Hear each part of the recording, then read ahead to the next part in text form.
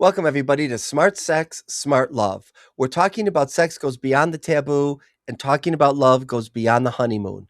Today, my guest is Jess Levith, a licensed marriage and family therapist and certified sex therapist, writer, and lecturer.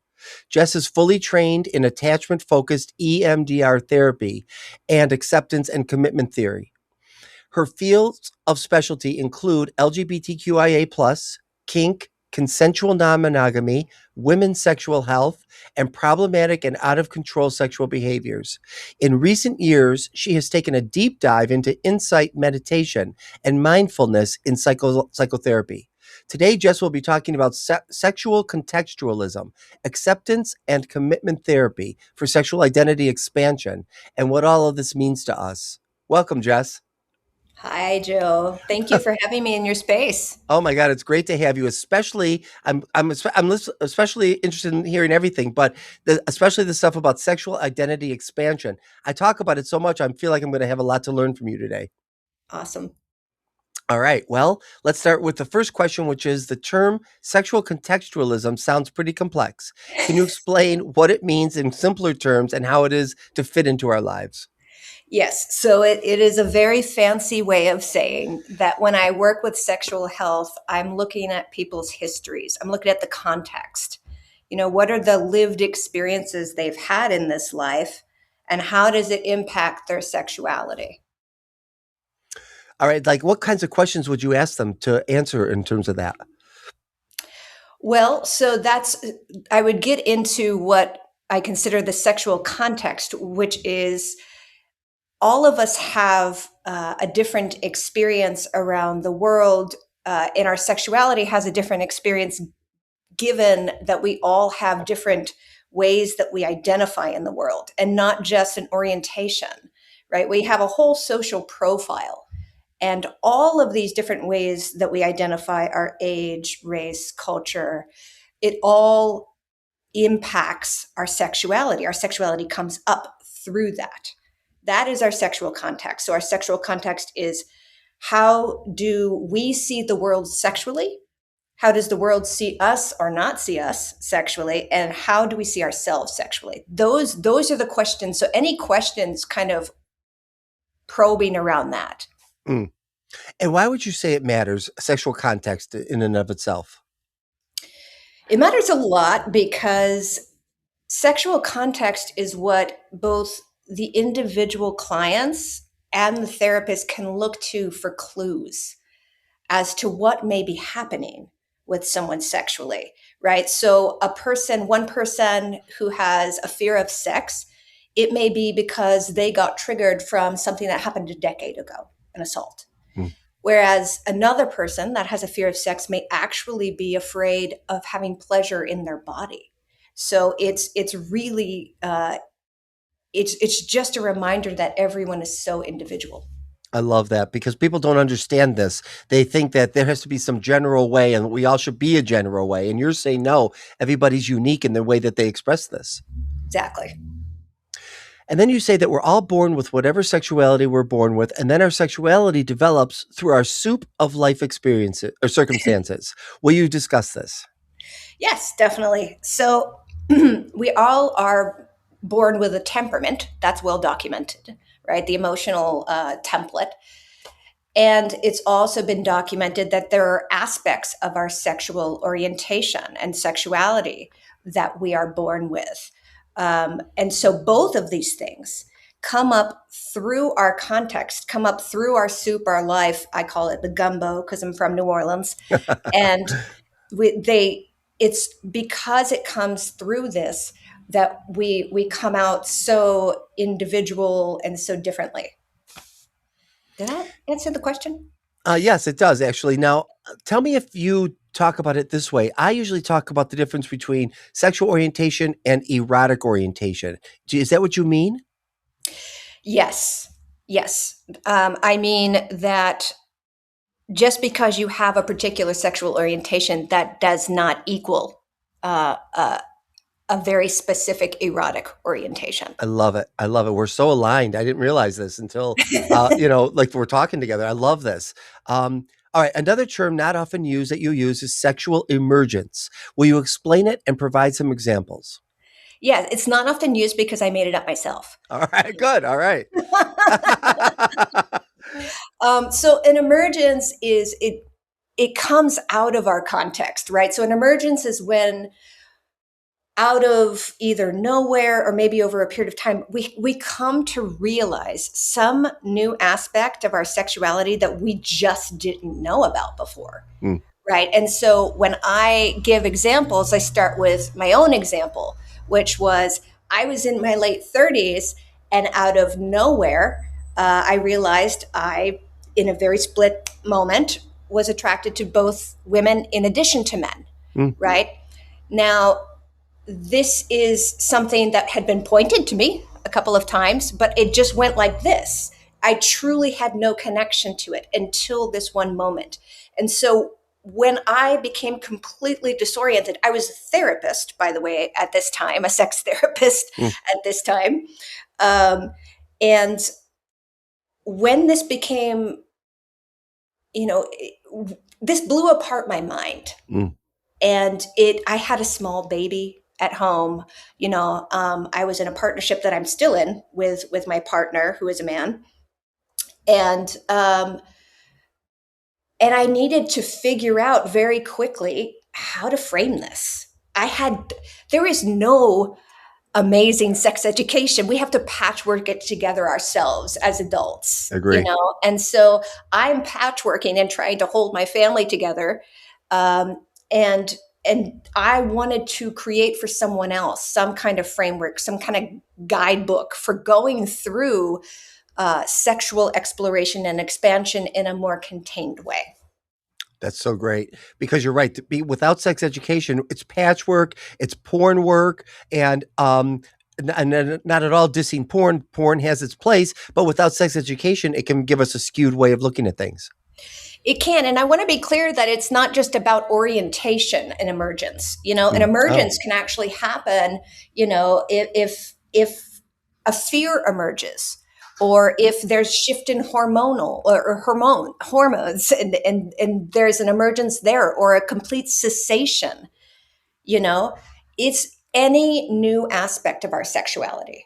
tell me if you mean this because when I was a younger man, I always was attracted to older men, the daddy types, and then I became a daddy type.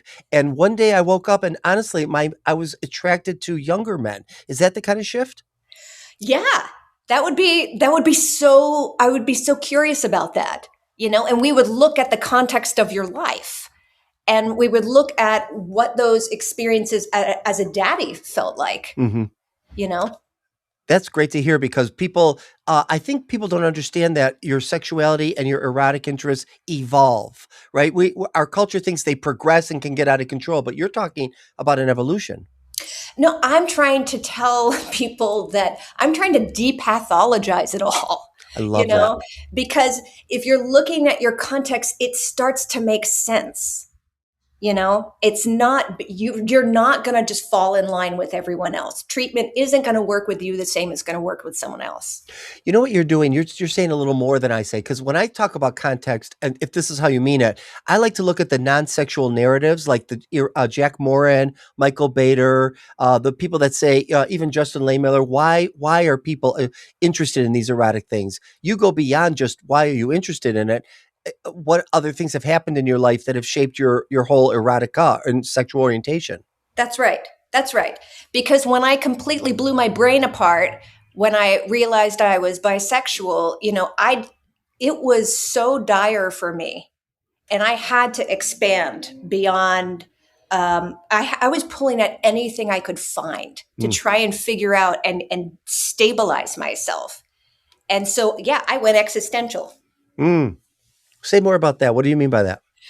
I meant I looked at the very existence of who I was as a person, Mm. and I dug all the way back.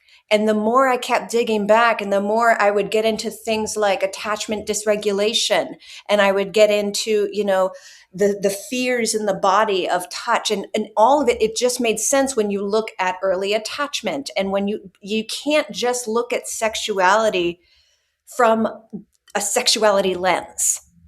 You have to look at it from many different angles. How has this been helpful to your clients? What do they tell you when you do this kind of work? Um, what I hear a lot that makes me happy is they feel normalized. They feel like, okay, so maybe I'm not broken. Don't you agree that that's like as a sex therapist, every day of our work, like it's just like helping people feel that way. Yeah, sometimes I just want to write it on the whiteboard and pass it from one client to another. I know. I think we do. We just do it different ways. It's true though. Yeah. Um, all right. So you also talk about ACT, Hexaflex, and your adaptation, the Sexoflex. What's this all about? Yes. So it's acceptance and commitment therapy, and it's pronounced ACT. It was created by Stephen H. Hayes, Kirk Strausdahl, and Kelly Wilson. And it is basically it's shifting the focus of treatment from looking at the symptomology and trying to get rid of it Mm, to shifting the relationship to how we see what's happening, mm, shifting in our relationship with the symptomology itself. And it's being able to learn how to tolerate everything that's happening and accepting that it's happening, not necessarily being okay with it, but accepting that it's happening so that you're not frozen in place mm. and can't move, so that from this place of acceptance and presence, you're able to make decisions um, that are in line with what matters to you in the Mm. world. I would think that this also helps couples. Do you use it with couples? I have used it with couples. I mean, ACT isn't just a therapy model. I really, truly, it's kind of how I live my life. Hmm. It's just kind of, it becomes its own value. Can you give me an example? Like, how do you live? Like, how is it a way of life for to use the acceptance and commitment therapy? Well, I have a 10-year-old child. And, Uh-huh. and, there's so much about what can happen in a day with him that I can't control. And it's not about being like, okay, it's not about bypassing. It's about going, okay, this is what's happening right now. He is telling me something to my face. I am wanting to absolutely lose my mind. And now what am I going to do? Yeah. And then it helps you make different decisions. Most of the time. Yeah. Right. Right. Right. Right. You're human, so of course it's not going to be all the time. Right, right. Hmm. Um, and I would expect that a partner listening to this would help her, him, them have some kind of compassion for a partner for what they find out. Because usually people are coming to my office and the partners are discovering something new sexually that they are disgusted by or surprised by or bothered by. And I would think that this would help them. Yeah, erotic conflicts aren't just a conflict for the person having it. You know, it can absolutely, and I don't want to minimize the pain that, if you have a partner that is realizing that they have a different orientation, or they all of a sudden have a kink that you have absolutely no interest in, Mm, but this kink is like such a need for them, right? Um, it's disorienting. I think I start with the partner mm, and really wanting to hear what part of this is the most painful. mm, And it typically is, I thought I knew them. mm. And then that's when the education of you do and people evolve. I love that. You do, and people evolve, including the relationship as this information comes out. Yeah. And if somebody comes to you and they have a kink and they can't accept it, how does your work translate into helping that client? So I think, as Moran would say, you can't get rid of a kink. And as Stephen Hayes would say, you can't delete a feeling, Mm. right? So I'm going to say you can't delete a kink, Mm. right? And um, I would say working with acceptance around the fact that this is a part of your template, while also building out the template so that you have more things that you can get curious about sexually, so that there's not so much pressure on this one thing, Mm. and it's not so dire, and working to kind of pull apart, why is it so dire? You're doing so many things at the same time, Yeah. you know? I like what you're saying. You can't delete a kink. You can't, like, people want to come in and give themselves, or want us to give them an eroticectomy. Have you ever heard that word? Oh yeah, that Doug used to say that all the time. I learned that from Doug Brown Harvey too. Yes, an eroticectomy. You can't give yourself one. Right, right. You describe an intersectional analysis of power and privilege in sexuality and social identifiers. What does this mean, and how does it work? Well, it's really great to know we have a sexual context and how important that is, but then we have to be able to pull it apart, And so this is the tool that I'm using, and it is not a tool I made up. This is a tool based on many Black women thought leaders, Mm. and it's originally created to look at oppression and privilege and power, Mm. right? And some of the ways of doing this I was reading, and I have a dear friend, Dr. Bianca Loriano, and Oh yeah.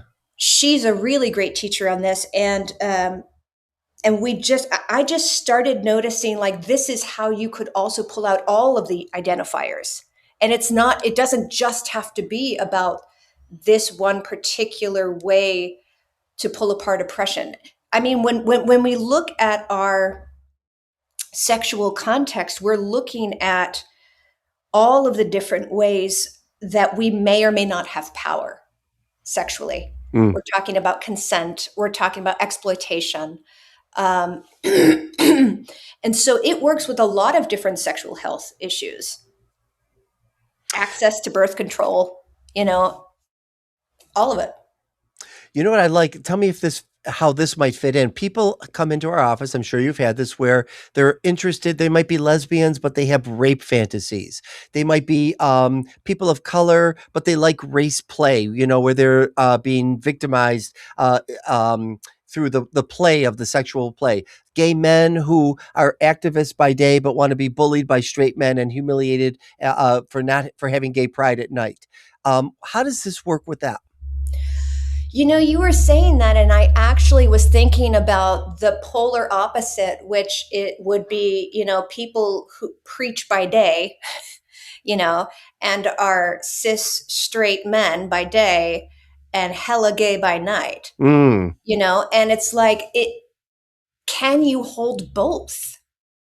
Can people start holding both? All of it. Yes, and like, okay, don't let it freeze you because you have this big split. You know, Look at the split and let's change your relationship to the split so that you can then move. I like that. Hold on to both. And that's the tension that as therapists we're helping people do in the work. Yeah. And how do people resist? Like that, I would think that would be hard to get them to be able to hold both. Well, I mean, when I have a client that is very protective, at a certain point, it's like, I'm not going to get in an argument with you. You're here because you're hurting.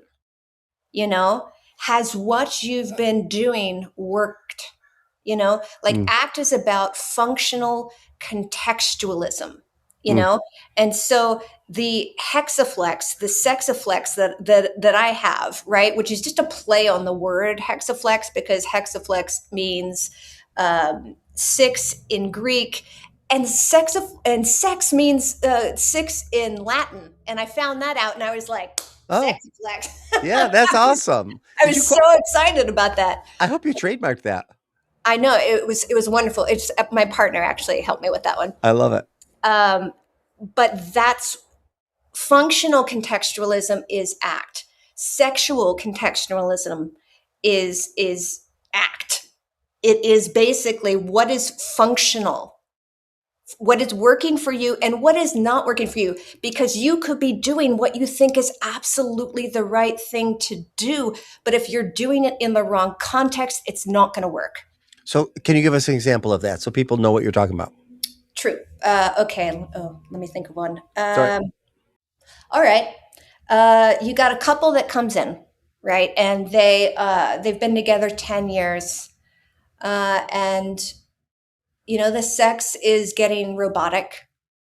And you're asking them to set aside some intentional time, right? You're not going to get too prescriptive, but you're going to set aside some intentional time. So you've got this couple here that can do this, and then you've got this couple here that have a newborn and a 2-year-old. Who it's not the same ball game. And so that's what I'm talking about, the context of what are you asking someone to do to work on an issue? Is it possible in the world that they live in their experience of the world? Because if it's not, then you're asking this couple to do something that they can't do, and then it's hopeless. Right. And then they feel hopeless. Right, because they can't find their way through it or out of it. Right. Because, they've got a kid attached to them. Right. You say that you have a book coming out to publish soon, which is awesome. Congratulations. Will you tell our listeners about it? You describe it as a hitchhiker's guide to our sexualities. What does that mean? So yes, I am in the last chapter of this book, and the book is actually on everything we're talking about. It's on sexual context. It takes you through the entire 6 processes of ACT, and looking at our sexual health through that, being able to kind of pull apart who we are sexually, and then heading up each chapter is a part of what happened during my sexual emergence and what has happened. And so it starts in the moment that I realized and my brain blows apart, and then takes you back and back and back in time. And then it brings you back up to present, where my partner and I start to dip our toes in non-monogamy. And, so it's I'm very excited about it. What I love is that you're normalizing, which a lot of people don't like sometimes, but it's true, how what happens to us as therapists informs our work. And that's what's happened for you. Yes. I think I've always found it very interesting that people who work in chemical addiction, they can more openly talk about how they've had their own issues. But with sex, it's, again, this very compartmentalized thing, and I'm saying, yeah, I'm a sexual person, and I, just like everyone else, it's going to evolve throughout my life. Yeah, and should. My entire life, I'm a gay man. I've only been attracted to men. And then when I turned 50, I was at a party and was across the room and then started talking to this woman. She was wearing a zipper dress from the front. And I had these naughty thoughts. It's unbelievable, of unzipping that dress and taking her in my head. I would never say a word. I would never show her that or anything, but it was the most disturbing thing that ever happened to me. Mostly because I'm a trauma survivor and my perpetrator was a woman. And so I was like, I had to go back to the therapist that I did my original trauma work with. And she basically talked about it in terms of sexual fluidity. But Yeah. what would you say? Would you say the same thing or would you add to it from your work? What comes to my mind immediately is the Kinsey scale versus the Klein scale, right? So the Kinsey scale is 1 to 7, pick one. Right. And yes. and the Klein scale is like, hold up, you may be a 1 here, but it's in this context. What about this context? Yeah. What is it about? It's about context. Right. He breaks it down to behavior, fantasy, desire, attraction. I love emotion, all of that. Yeah. And you do it too. It sounds like you flesh that out in the work you do. Yeah, I mean, I try to flesh out all of this stuff. Yeah. I created what's called the spirograph of sexual something, and it's all of us taking our identifiers and putting it on paper and Mm. looking at it, you know, so that we can get a visual of how complicated this actually is, how To- nuanced. so nuanced. You note that you've taken a deep dive into meditation and mindfulness in psychotherapy. Can you talk about that, expand on that a little bit? Oh, okay. So during the pandemic, like many people, that was actually only a couple of years after my realization. So then we Mm. went into lockdown. Mm. And so I was just like losing my mind. And I had a small child, and I took a deep dive into meditation. I had avoided it my whole life. Mm. And, um, and meditation is very hard for people with trauma, Mm. you know. So I learned that meditation doesn't have to be sitting like this, you know. Yes. There's walking meditation, there's lying meditation, and it's more mindfulness work that I do, you know. So I took a really great course out of the Bar Center for Buddhist Studies, and it was like a 9-month course on psychotherapy and meditation, and learning the neurobiology behind all of it. I'm talking Rick Hansen, Chris Germer, like Mm. everybody did a week there. It was amazing. Mm. That sounds so nice. Yeah. And I like that you're saying that, because mindfulness for me, and maybe it's because of meditation, I mean, with my own trauma, I can't just sit there. I'll fall asleep. I'll self-pleasure. I'll do something. I don't know. But I can't, I need somebody talking to me, or I need to be walking, or I need to be doing those things. A lot of people don't understand that that's also meditation. That's a safety thing, Yeah. man. Yeah. You know, like I have so many clients. I didn't do it for decades Mm. because I thought you had to go like this. Mm. And my body was saying no, Yeah. right? Yeah. So when I gave myself permission to maybe think about it a different way and just think about it as bringing back, and when you go away and you bring it back, that's the work. Mm. You know, it's not about how long can you stay in Zen. It's about bringing it back when you know it's going to go off. Totally. Wow, this has been very helpful, very good information, very different, but aligns so much with my stuff. And I have learned some things that expands on the work I do. If people want to hear more from you, where do they go?